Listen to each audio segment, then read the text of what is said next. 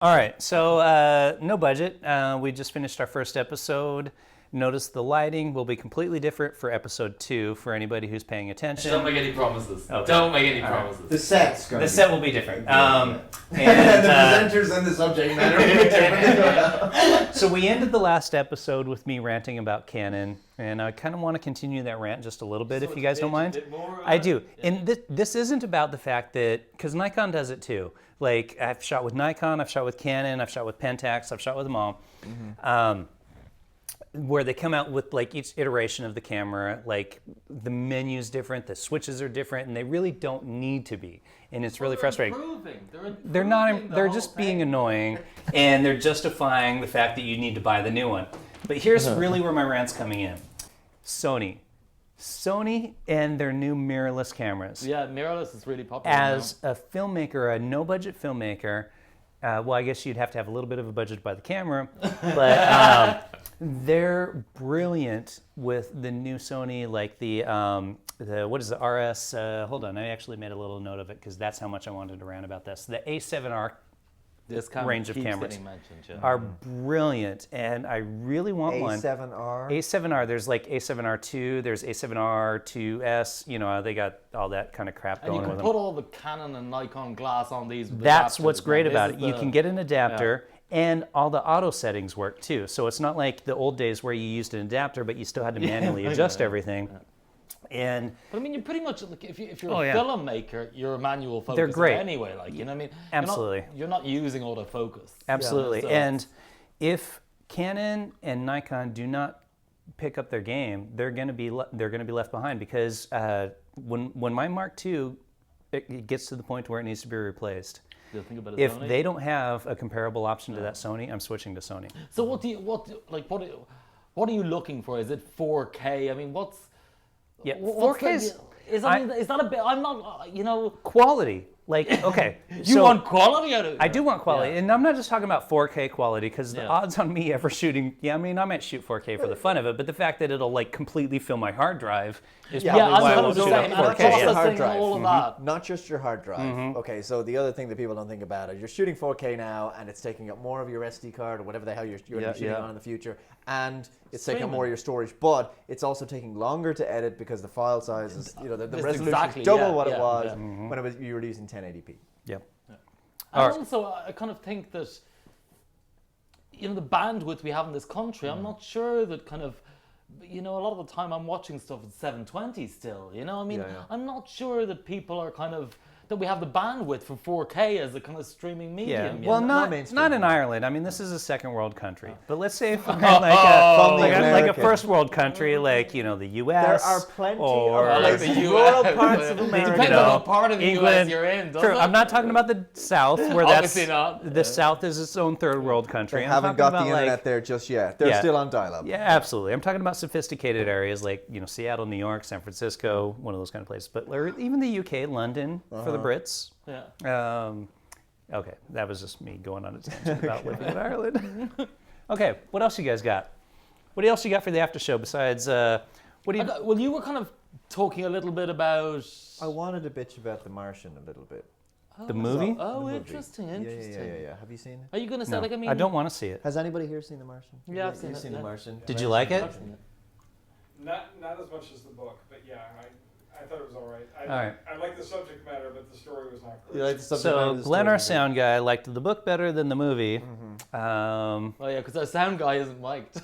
Yeah, so that's why I had to repeat it for the. It's okay. I was going in. I hadn't read the book. I went in going, okay, this is going to be like a modern Martian version of Apollo 13. I liked how it started. no. I really liked how it started. I loved the kind of. Oh, you saw it too? Yeah. Okay, I've seen it. Okay. Yeah. I loved kind of the idea of him being kind of left destitute. And he's a really cool character. And also there's a kind of point where he's kind of being stupid with the whole thing. Yeah. Castaway in Space, guys. Right. I saw Castaway. That's the Tom Hanks one, right? Yeah. He loves I saw that. It's basically the same thing. Jeff Daniels plays this asshole who's totally unbelievable as the head of NASA, and he does a great, it's disgusting. It spits in the face of people like Gene Kranz or Deke Slayton who were at the top of NASA, and It's so politically correct. It's just incredible. So, for example, the anti-feminism rant. We'll just get it over with right now. So you have there are two main white characters male white characters in the film. Okay, one of them is Matt Damon, who is technically a damsel still, because although he's very resourceful, he's on the planet. Matt Damon. Sorry. Well, he is a damsel. Effectively, you have to save him. I don't know what I'm doing. It couldn't be a woman, it's got to be a man, right? Because you can't have a man save a woman anymore in movies. And then the second thing is, the other white man in Hollywood the other guy is Jeff Daniels, who's basically a bad guy, effectively. He doesn't give a shit that he's there. It's just it's a PR thing that's blown out of proportion. And then everything else, so it's a young black hipster who's managed to figure out how to get them back. The captain of this ship is a woman, of course, and she's the one who reaches out to save him. And then the only other two people who were trying to convince Jeff Daniels to do this mission are Chiwetel Ejiofor and what's her face off the Bridesmaids. What's her name? The blondie girl, not Bridesmaids, from the thing that I can't remember her name. Amy Schumer? No. Similar thing again. You're the blondie girl. Right. So I haven't seen Bridesmaids, so I don't know. So yeah. And so I'm a no-budget indie film watcher. I haven't seen these mainstream big-budget films don't of yours. Don't see it. And to make matters worse, the ultimate political correct thing, as in anti-American relations and everything, is that NASA uses Russian heavy lifters to launch their rockets. Mm-hmm. And in one point of the film, they use an American launcher, which they don't use. So it's like, what was that about? And it fails.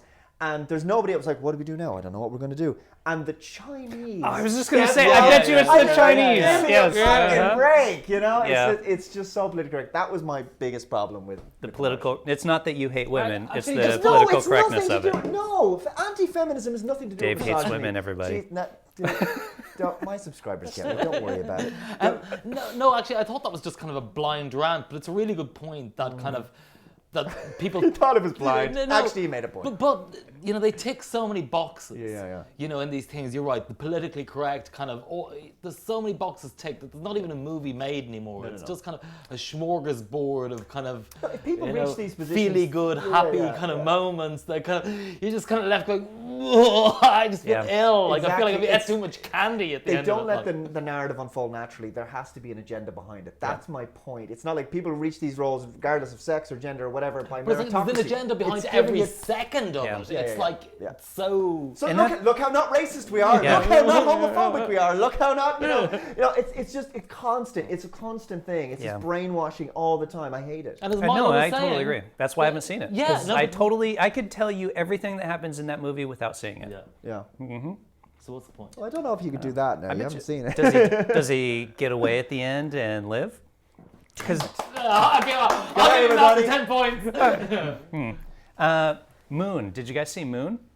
Well, that's a few years old now. Yeah, it's a few years old, but I mean, it's the same. Completely not same concept, but guy lone on the moon. Clone of himself. But the thing about that film is the budget for that is probably less than a quarter of what they spent on. What is it, 5 million or something? Something like that. Versus 50 million or whatever.